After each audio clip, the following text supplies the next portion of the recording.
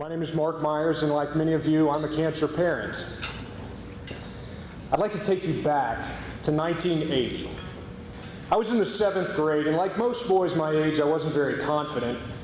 I'm going to show you a picture as to why.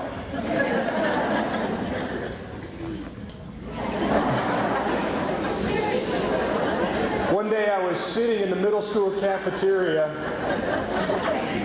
singing to myself when A.J. Decker, the coolest kid in school, paused by my table. And the conversation went something like this. He said, "You sing pretty good." I said, "Thanks." He said, "I'm looking for a singer for my band. You interested?" I said, "Well, yes."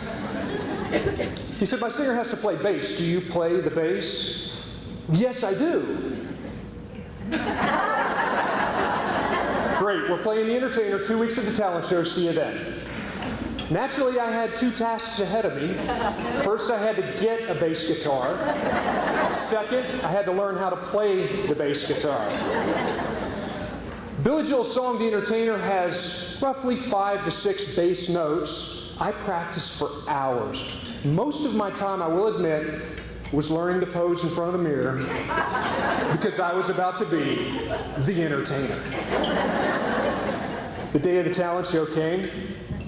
Music started and I began singing in perfect key, and then came the point when I had to sing and play at the same time, which is something I had not practiced. And I believe any musician would tell you that that is rather important. But I had put my hope in my musical ability, in my limited preparation, and in some cosmic belief that everything would turn out okay. It was a disaster. My musical career started and ended on that day. I was not the entertainer. I've put my hope in many things since then. Some have worked out for me and some haven't. I've invested my hope in people, but being human, most have let me down at one point or another, although there is a beautiful young lady over there with whom I'll celebrate my 25th anniversary next month.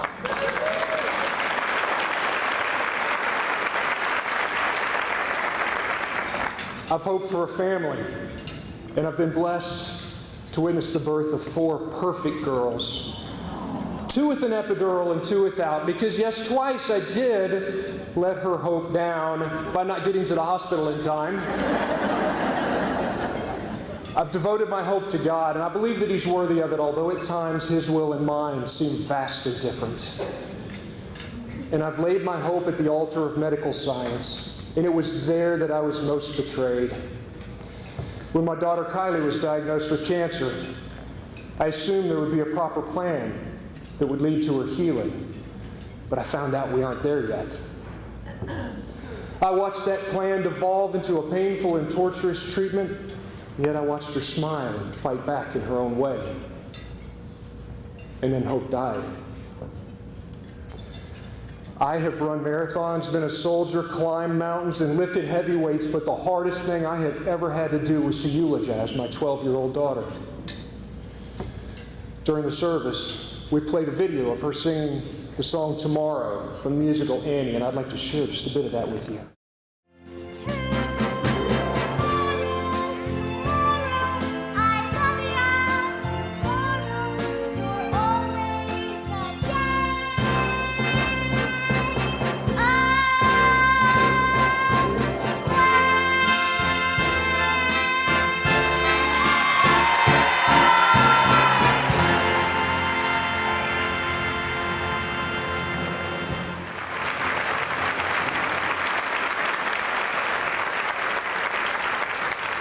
I had to follow that.